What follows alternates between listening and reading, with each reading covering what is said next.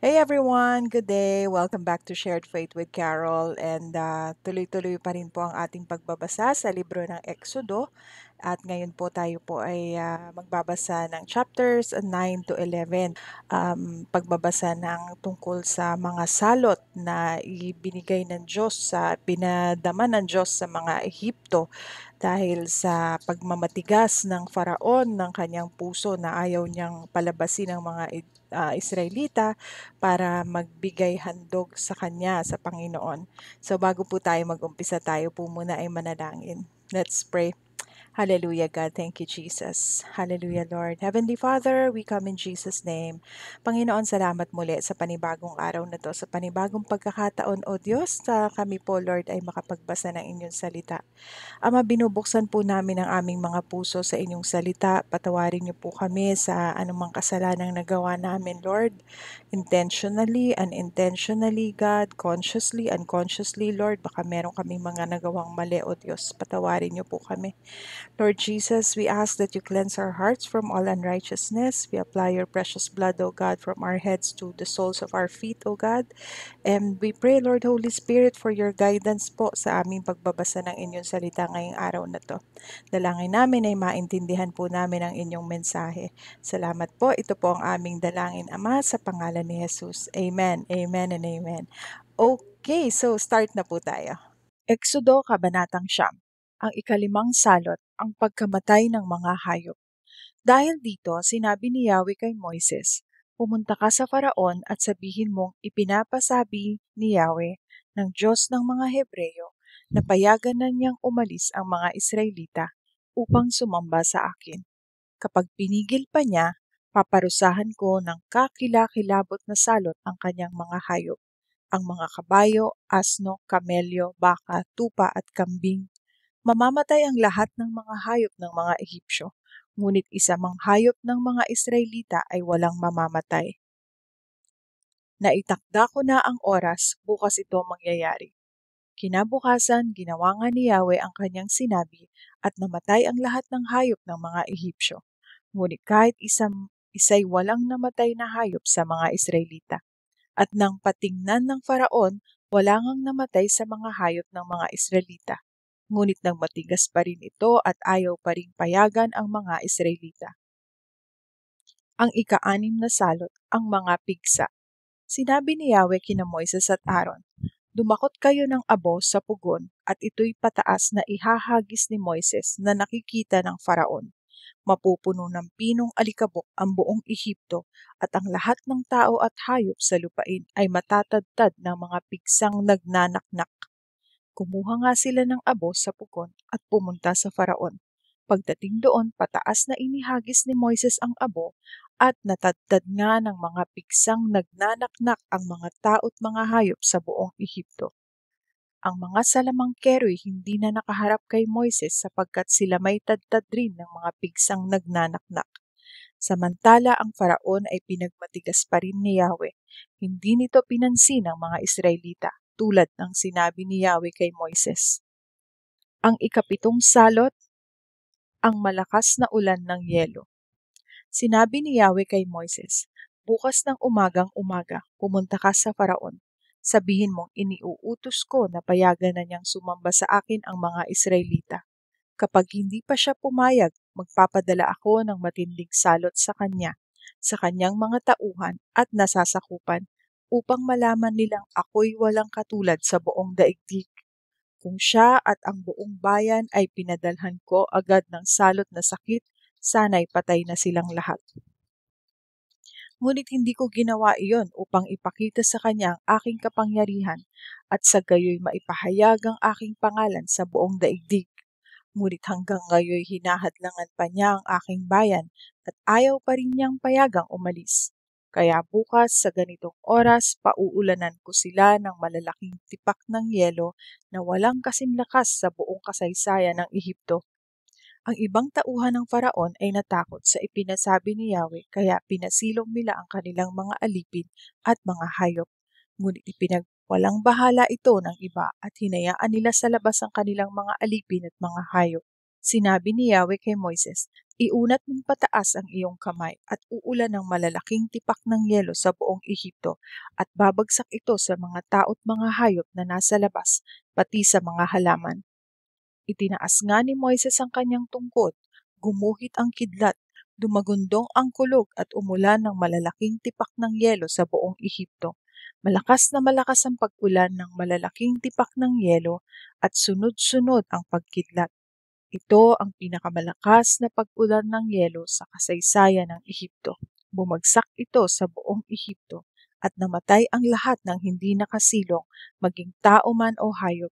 Nasalanta ang lahat ng mabagsakan, pati mga halaman at mga punong kahoy.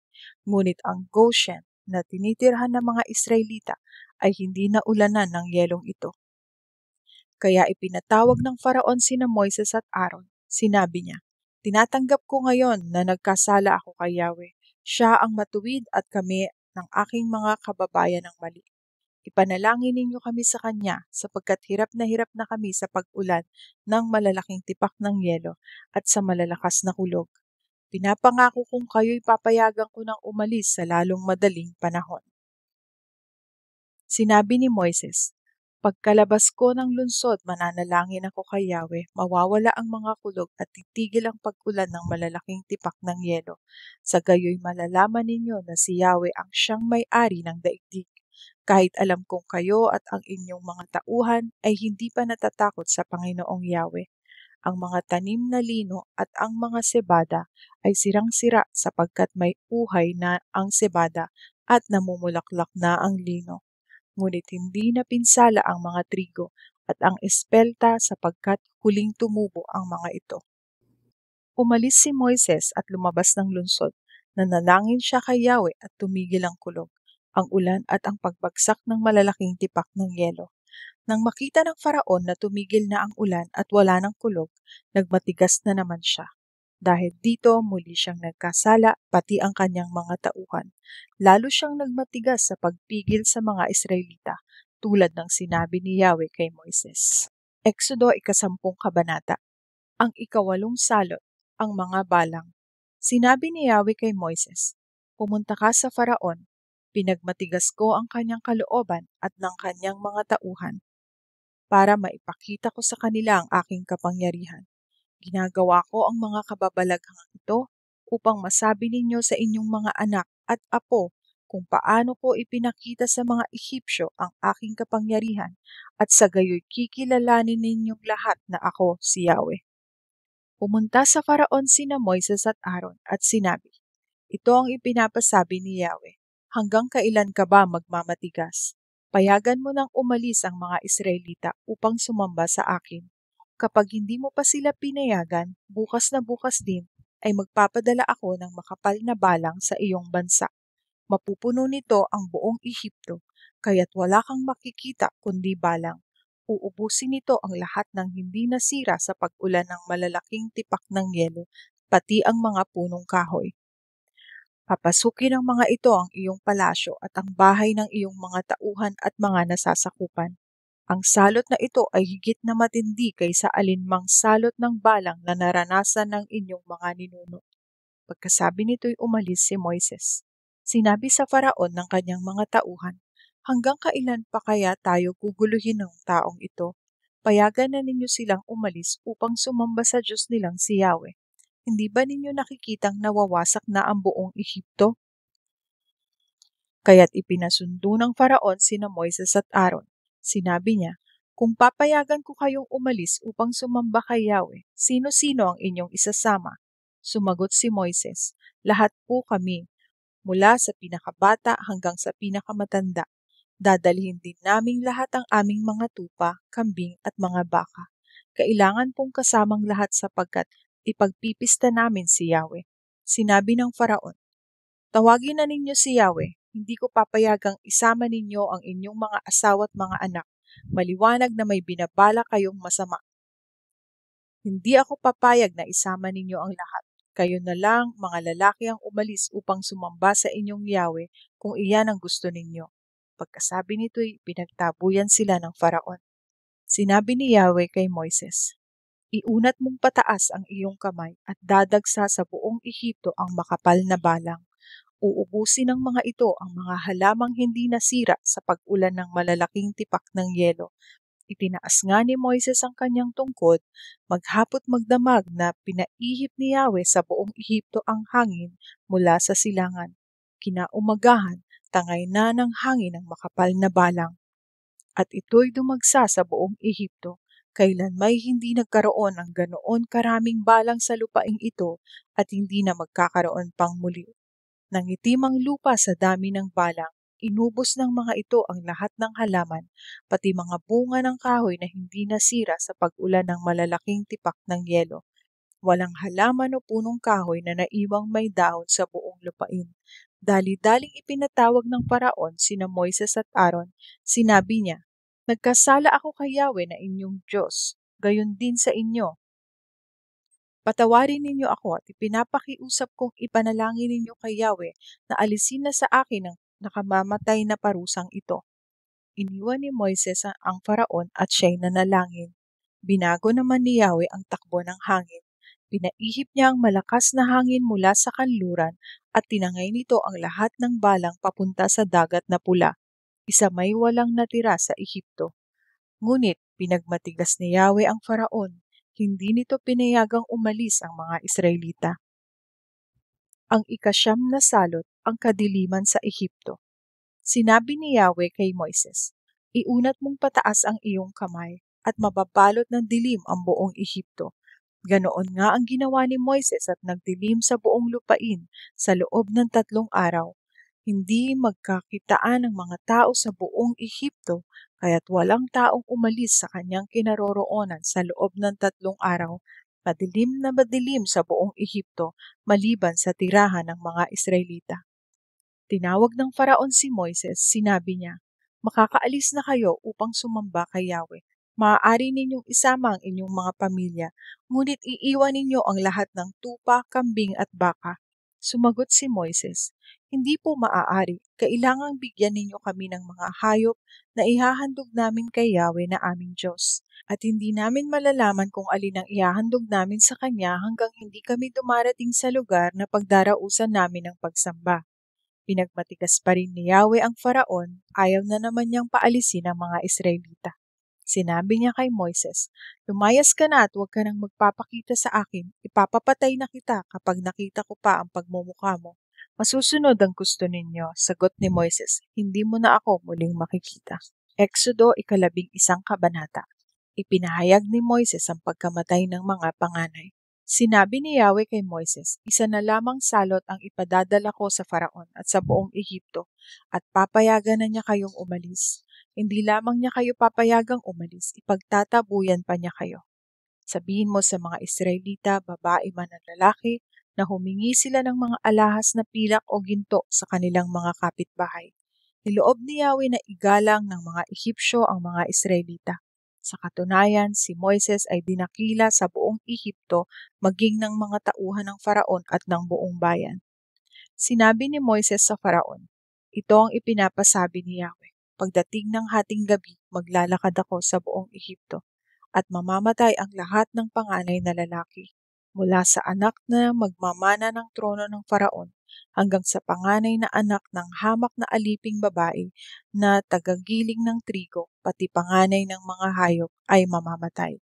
Walang maririnig sa buong Ehipto kundi ang malakas na panaghoy na hindi pa naririnig at hindi na maririnig kailanman." Ngunit ang mga Israelita, maging ang kanilang mga hayop ay hindi man lamang tatahulan ng aso upang kilalanin mo na may pagkakaiba ang pagtingin ni Yahweh sa mga Israelita at sa mga Ehipsyo. Lahat ng tauhan mo'y luluhod sa akin at magsasabi, "Lumayas na kayo ng mga kababayan mo." Pagkatapos nito'y aalis ako. Pagkasabi nito'y galit na iniwan ni Moises ang Faraon. Sinabi ni Yahweh kay Moises, "Hindi ka papakinggan ng Faraon kaya't gagawa pa ako ng mga kababalaghan sa Ehipto." Ginawa ni na Moises at Aaron ang lahat ng kababalaghang ito, ngunit hindi rin pumayag ang Faraon na umalis ang mga Israelita sa lupain ng Ehipto. Obserbasyon na po tayo or observation. So dito ho nabasa natin yung karugtong ng mga salot na pinadala ng Panginoon sa Ehipsyo, sa mga Egyptians. So yung ikalimang salot, yung pagkamatay ng mga alagang hayop. Tapos nagpadala din siya ng mga pigsa, malakas na ulan ng yelo at kidlat, dagsang balang, kadiliman, at tapos nabasa rin natin ang babala sa ikasampung salot, yung kamatayan ng mga panganay. So ito meron ho akong ginawang pictures. So ito nakita natin yung pagkamatay ng mga alagang hayop. Isipin na lang ninyo yung ang tagal nyong inalagaan para siyempre 'pag inalagaan niyo may pangkain kayo, may pambenta kayo, kabuhayan yun, yung mga alagang hayop.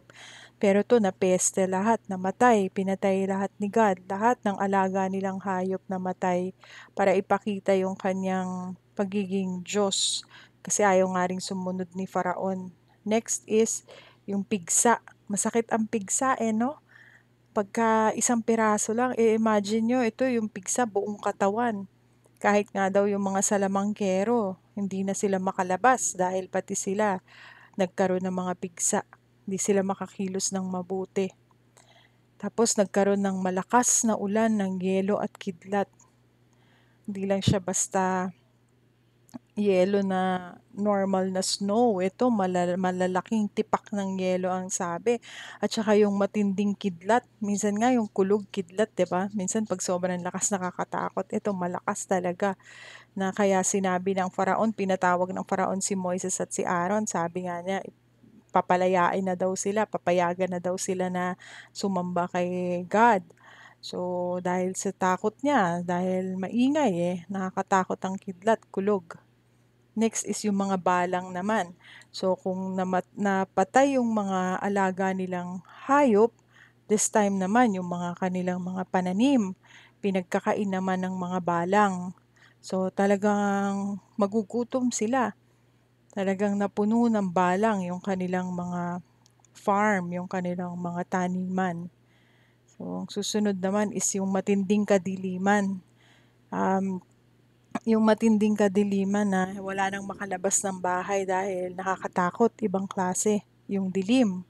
So, yan yung mga pinadala ni God sa Egypt.